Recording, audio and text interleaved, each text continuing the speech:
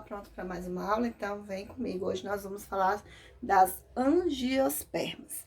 As angiospermas são as plantas mais completas, né?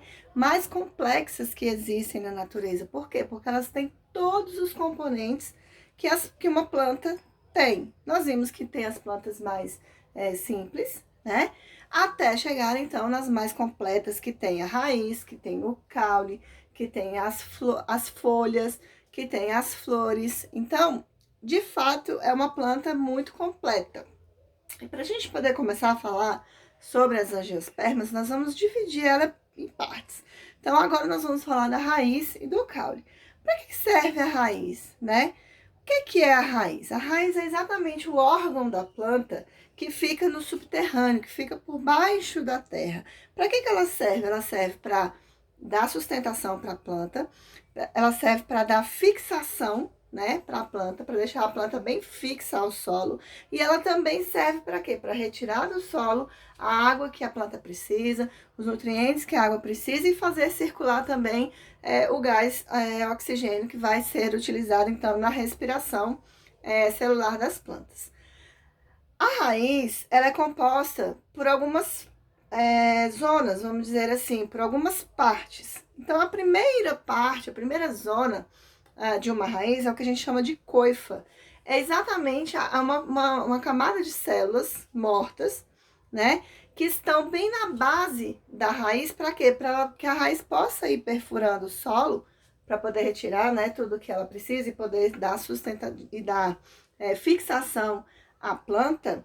Então, essa parte de células mortas, ela serve justamente para quê? Para proteger a ponta da raiz, né? Que tem que estar em grande atividade, em grande funcionamento, e que essa ponta não se quebre ou essa ponta não se machuque ao entrar em contato com o atrito, né? Que ela vai fazendo no solo à medida que ela vai se aprofundando. A outra parte é a zona de multiplicação celular, que é a zona, que é a região, vamos dizer assim, que está exatamente dentro da coifa. Então, nós temos a zona de multiplicação celular e nós temos a coifa, que faz o quê? Faz o revestimento dessa zona justamente para poder fazer com que ela possa crescer, sem ter perdas, né, de células ou sem ter nenhum problema com o atrito. Depois, acima da coifa, vem a zona de alongamento, que é onde as células são alongadas. As células se alongam para quê? Para a raiz poder crescer, para a raiz poder ter o seu aumento de comprimento. A gente sabe que a planta ela pode crescer para cima ou para baixo. Ou melhor, ela cresce, no caso da angiosperma, ela vai crescer para cima e para baixo. Então, essa zona de alongamento é justamente o que é. Quanto mais ela vai penetrando ao solo, ela vai se alongando e vai aumentando o seu comprimento. Na zona pilífera, é a chamada zona de absorção. Então, é a zona que vai justamente... Então, olha só, a coifa, junto com a zona de multiplicação celular e a zona de alongamento, vão fazendo a perfuração do solo, né? Vão crescendo, vão fazendo a perfuração do solo. E a zona pilífera, ela faz o quê? Ela vai resgatando do solo, vai fazendo a absorção, né, daquilo que ela necessita, que é chamada de seiva mineral, que também a gente pode chamar de seiva bruta. Nós já falamos sobre a seiva bruta, seiva elaborada, né? Então, essa seiva mineral, essa seiva bruta, que é retirada diretamente do solo, antes da planta fazer todo o seu processo de fotossíntese e realizar o seu processo energético, né? Então, é absorvida de onde? Dessa zona pilífera. E depois nós temos a zona de ramificação, que são as ramificações que saem, né, da raiz principal, que são mais fininhas, que também vão auxiliar o quê?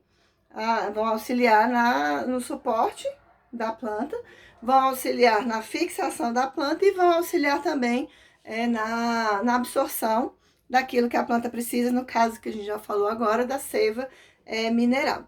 Existem dois tipos de raízes, as raízes pivotantes e as raízes fasciculadas.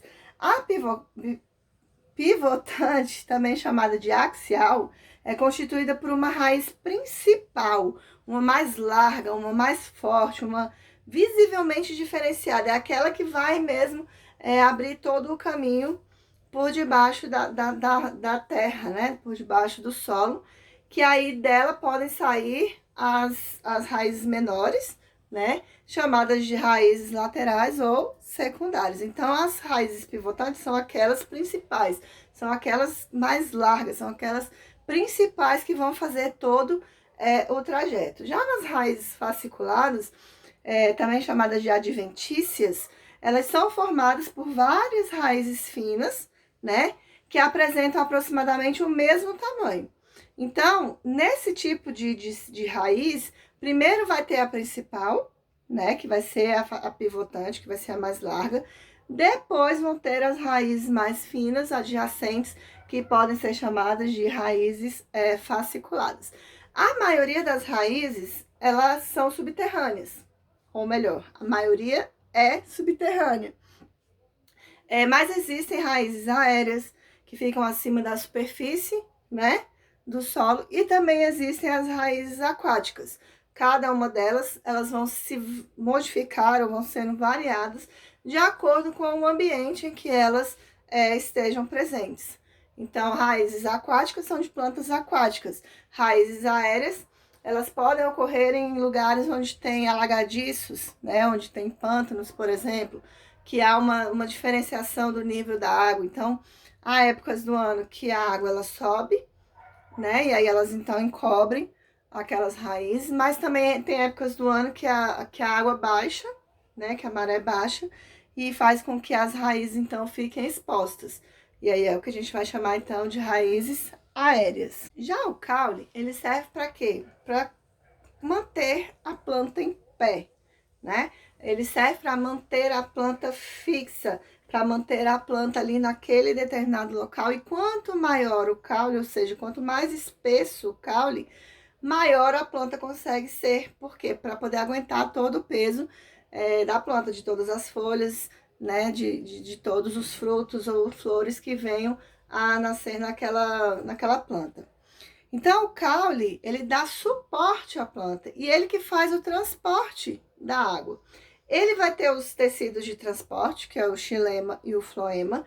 O xilema faz o transporte da seiva bruta, como nós falamos, a seiva mineral, que é retirada do solo, que é a água e os sais minerais.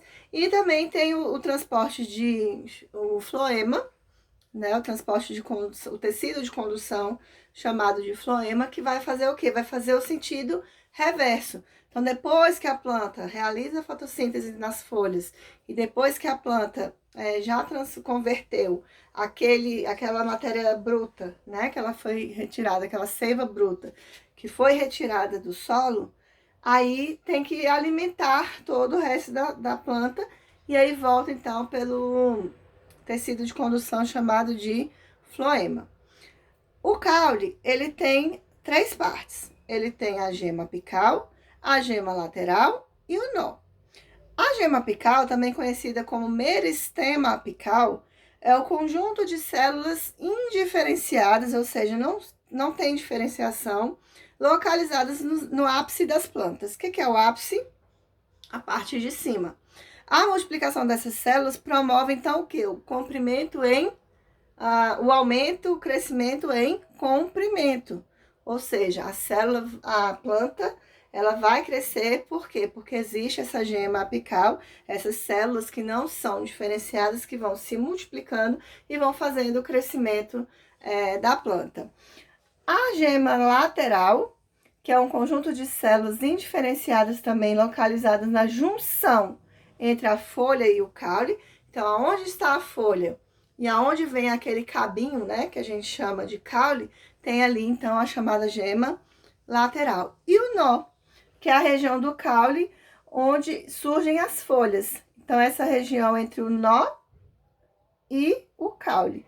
Então, existe a gema lateral, que faz a junção, a conexão da folha com o caule, e existe o nozinho, que é um pontinho ali onde de fato a folha vai nascer, onde a folha vai crescer. Os caules, eles também, assim como as raízes, podem ser subterrâneos, né? Ou podem ser aéreos. Eles ficam para o lado de fora do solo. Quando o caule ele é subterrâneo, a gente vai chamar ele de rizoma, que é o caule que cresce na direção horizontal, sobre a superfície. Um exemplo é a melancia. Se vocês prestarem atenção, o caule não fica rígido, não fica em pé, né? Mas ele vai crescer como? Rente ao solo. O tubérculo, ele cresce dentro do solo. Então, a batata, a cebola, né? São tipos de caules que crescem dentro do solo. O bulbo é formado por um caule reduzido e coberto por folhas. Então, por exemplo, o alho, né? Se a gente prestar atenção no alho, aquele dentinho de alho, ele é o caule, né? Da planta do alho, e ele é recoberto por folhas. O caule aquático, ele pode ser flutuante ou servir para fixar a planta ao substrato. Então, eles podem ser classificados como eretos, trepadeiras ou rastejantes. Os caules eretos, eles crescem perpendicularmente ao solo, como o tronco da árvore, como a gente já sabe, os bambus, né, as palmeiras, a árvore mesmo em si. Os caules trepadeiras são típicos de plantas que crescem sobre ou se enroscam em algum suporte. Então, por exemplo, a uva, o maracujá, a gente vê que aquele caule ele vai se enroscando, né? Ele vai se enrolando em alguma coisa, ele precisa ter algum suporte, ou mesmo uma outra árvore que seja, para ele poder crescer.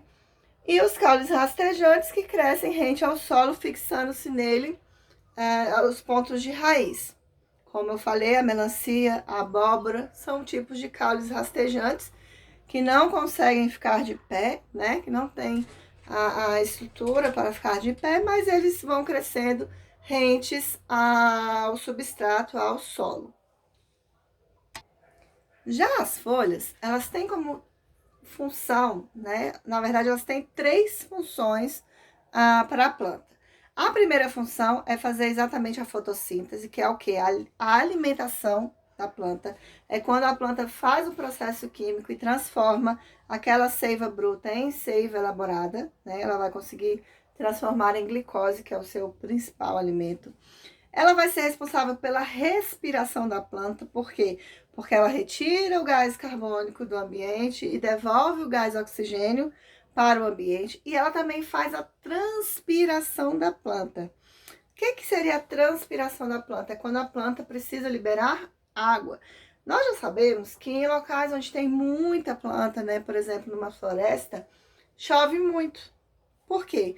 Porque a transpiração que as plantas fazem, elas vão liberando essas gotículas de água no ambiente, fazem com que as nuvens sejam formadas, né? E aí essas plantas, então, essa água, então, das nuvens, ela retorna para o solo, onde a planta vai novamente reutilizar aquela água. Nós sabemos que as plantas, elas precisam ter umas estruturas especiais, né? Como nós já vimos, nós já falamos das diferenças das células das plantas para as células animais. E uma dessas estruturas especiais é justamente o vacúolo, né? O que é um vacúolo? O que são os vacúolos? São bolsas, né, pequenininhas, porque estão dentro das células, mas são bolsas de água, que armazenam água. Então, o que acontece? A planta, ela precisa armazenar água e ela não pode ter uma perda de água muito significativa, porque senão ela seca e morre. Então, esses vacúolos, eles servem justamente para quê? Para fazer esse acúmulo, para guardar mesmo, fazer o armazenamento da água, principalmente de plantas que vivem em lugares muito secos, né? Em ambientes muito secos. E aí, então, essas folhas, elas vão fazer o quê? Elas vão se modificar de acordo com o ambiente que ela vive. Por exemplo, quando uma planta vive num ambiente onde tem pouca água, né? Onde a oferta de água é pouca, ela vai modificar essas raízes, a própria planta, né? Ao longo de toda a evolução de milhares e milhares de anos. Então, a própria planta vai fazer o quê? Ela conseguiu um método de modificar a sua folha e enrolou essa folha. e essa folha então se transformou no que a gente chama de espinhos. Então, por exemplo, a roseira, aqueles espinhos que tem na roseira são o quê? São folhas modificadas. No cacto, né? Aqueles espinhos são folhas modificadas. E por quê que elas fizeram isso? Por que a evolução obrigou as plantas a se modificarem dessa forma? Justamente porque eram plantas nativas de locais, né? De ambientes onde tinha pouca oferta de água. E com isso, então, elas foram se modificando para poder armazenar, guardar essa água e evitar a perda de água.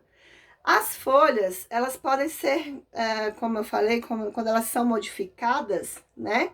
Elas são chamadas de brácteas. Então, as brácteas são o quê? São folhas modificadas, coloridas e vistosas que atraem polinizadores. Já outras modificações das folhas são os espinhos, como eu já falei. Algumas também modificam as suas folhas e se transformam em plantas carnívoras, né? Então, elas conseguem ter um mecanismo de abertura e fechamento, né, dessa folha. Para quê? Para ela poder pegar a sua presa e fazer, então, o seu tipo de alimentação também.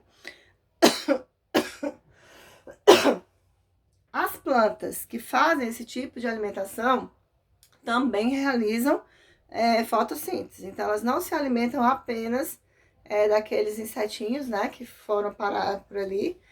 E ela se fechou e ela consegue fazer o que? Ela libera, então, uma enzima. E essa enzima, então, vai derreter, vamos dizer assim, vai desfazer, né, aquele inseto. E aí ele vai se transformar em nutrientes para a própria planta. Mas elas também realizam a fotossíntese, ok?